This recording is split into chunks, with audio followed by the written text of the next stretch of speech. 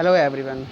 Once again, I'm here with another fresh poetry of your book, The Lebanon Top. Okay, composed by Led Hughes. This poetry brings this poetry, deals with changes brought to a laburnum tree by a goldfinch bird.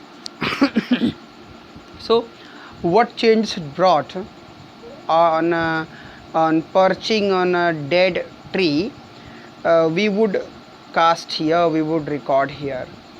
Students, ये एक poetry है एक laburnum की। Laburnum नाम का एक tree होता है। लेबनम एक शॉर्ट ट्री होता है जिसकी हैंगिंग ब्रांचेस होती हैं, येलो फ्लावर्स होते हैं और पॉइजनस सीड्स होते हैं उसमें, ठीक है। और इसके अलावा एक गोल्ड फिंच की पोइट्री है। ये स्मॉल सिंगिंग बर्ड, छोटी सुनहली बर्ड होती है जिसकी येलो फीदर्स होते हैं, ठीक है। ऑन इट्स विंग्स, उसके पंख जो है लगे होते हैं, फीदर्स येलो कलर के होते हैं। तो इस तरह छोटी चिड़िया होती है ना, चहचहाती है बहुत। तो इस तरह से एक पोइट्री है इन दोनों की, ठीक है। टेड ह्यूजेस एक चेंज, एक चेंजेस को डिस्क्राइब करते हैं। How a change comes on a dead tree after just sitting of a goldfinch. Okay, कौन से तरह के चेंजेस लाते हैं, कैसे वो एक निर्जीव जो है पेड़ जीवित हो जाता है, ठीक है, एक विशल से, एक उसके ट्विचिंग से, ठीक है। So this is what we are going to study in this poetry. It's a very short poetry, but indeed it's a good poetry and a very meaningful poetry. So students, without wasting time, let us again come up to the definition of line to line explanation of the Lebanon top. Okay students, let's get started. Start करते हैं इसको। The laburnum top is silent quite still. यहाँ पे एक laburnum top है, laburnum की एक पेड़ है जो बिल्कुल मृत प्राय है, साइलेंट है, क्वाइट स्टिल, बिल्कुल चुप है, बिल्कुल शांत है। Means there is no motion, no commotion in to the tree. Okay, in the afternoon yellow September sunlight, it was a time of September, autumn season in Europe. Okay, in the afternoon, yellow September sunlight. It was a yellow colored September sunlight. Means a time of it's a time of midday of autumn season. Okay, the September sunlight in Europe. A few leaves yellowing. कुछ पत्तियां पेड़ में बची हुई हैं जो कि पीली पड़ गई हैं सूख करके। And all it's seeds fallen, और इसकी सारी जितनी भी शीड्स हैं वो एकदम से सूख सी गई हैं कि या गिर गई हैं सूख करके। Till the gold Finch comes, जब तक कि इसके ऊपर ये सब चीज़ें होती हैं, जब तक इस यहाँ इसके आसपास एक गोल्ड फिंच नाम की एक सुनहली चिड़िया नहीं आ जाती। विथ अ ट्विचिंग चिर्प, फड़फड़ाते हुए, लहराते हुए, साउंड करते हुए, चिरपिंग करते हुए। अ सडननेस, एक अचानक से उस पर शॉक करती है, स्ट्रोक करती है। अ स्टार्टलमेंट, एक आश्चर्य, एक एस्टोनिशमेंट भर जाता है। एट द ब्रांच एंड, पेड़ के किनारे पर उसके बैठते ही एक ब्रांच के किनारे पे उसके बैठते स्टार्टलमेंट, एक सरप्राइज़ क्रिएट हो जाता है, एक एस्टॉनिशिंग क्रिएट हो जाता है अचानक से उस लेबनम के सूखे पेड़ पर। Then sleek as a lizard, तो फिर एक पतली सी लिजार्ड की तरह। एन अलर्ट, और सावधान सा। एन अब्रप्ट, और इसके अलावा जैसे कोई चीज़ रोक रहा हो, बिना रोक टोक के। शी एंटर्स द थिकनेस, वो चिड़िया सावधानी से क्या करती है, वो उस पेड़ की थिकनेस में, उसकी जो घने हिस्से होते हैं उसमें प्रवेश कर जाती है।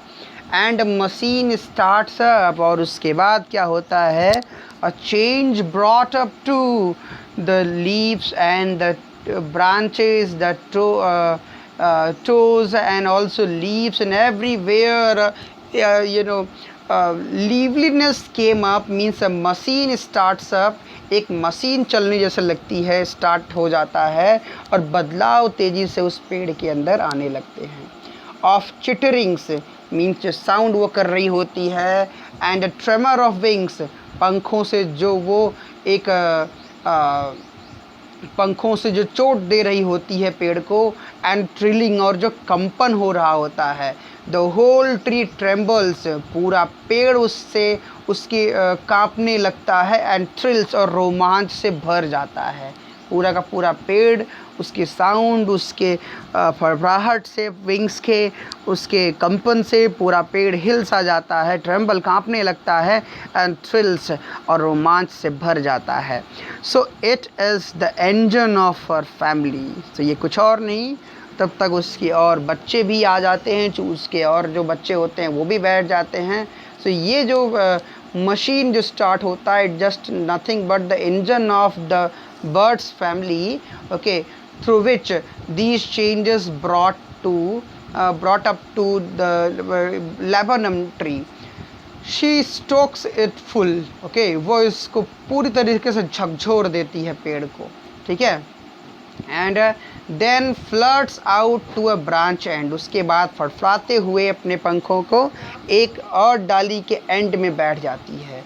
शोइंग हर बेयर्ड फेस आइडेंटिटी मास्क, ठीक है, वो उसके वर्जित चेहरे पे, उसके सूखे हुए चेहरे पे पेड़ के आइडेंटिटी मास्क, जैसे एक पहचान का नकाब पहना जाती है, जैसे उसको एक जीवन का एक नकाब पहना जाती है. देन विथ एरी डेलिकेट, उसके बाद, ठीक है, एक भयानक सॉफ्टनेस के साथ, एरी डेलिकेट यहाँ यूज़ किया गया है वर्ड, भयानक, डेलिकेट मतलब सॉफ्टनेस के साथ, विशल चिर्प विस्परिंग्स है, वो क्या करने लगती है, वो अपनी शीटी या फिर अपनी आवाज़ जो है चिर्पिंग करने लगती है. विस्परिंग मतलब धीरे धीरे से. C launches away towards the infinite, ऐसा करने के बाद वो सीधा, ठीक है, वो सीधा आसमान में, इन्फिनाइट स्काई में उड़ान भर देती है, अपनी उड़ान लॉन्च कर लेती है. इन्फिनाइट स्काई में वो सीधा उड़ान भर के फिर उड़ जाती है.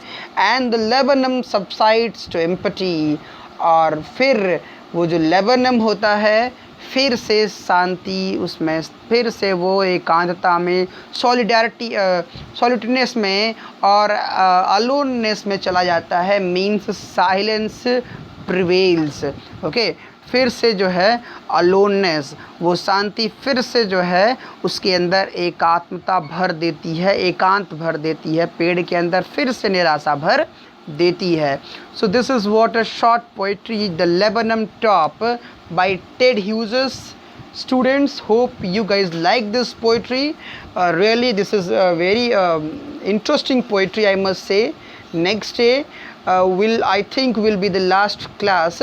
So on that day I would like to see the question and answer of both the poetries.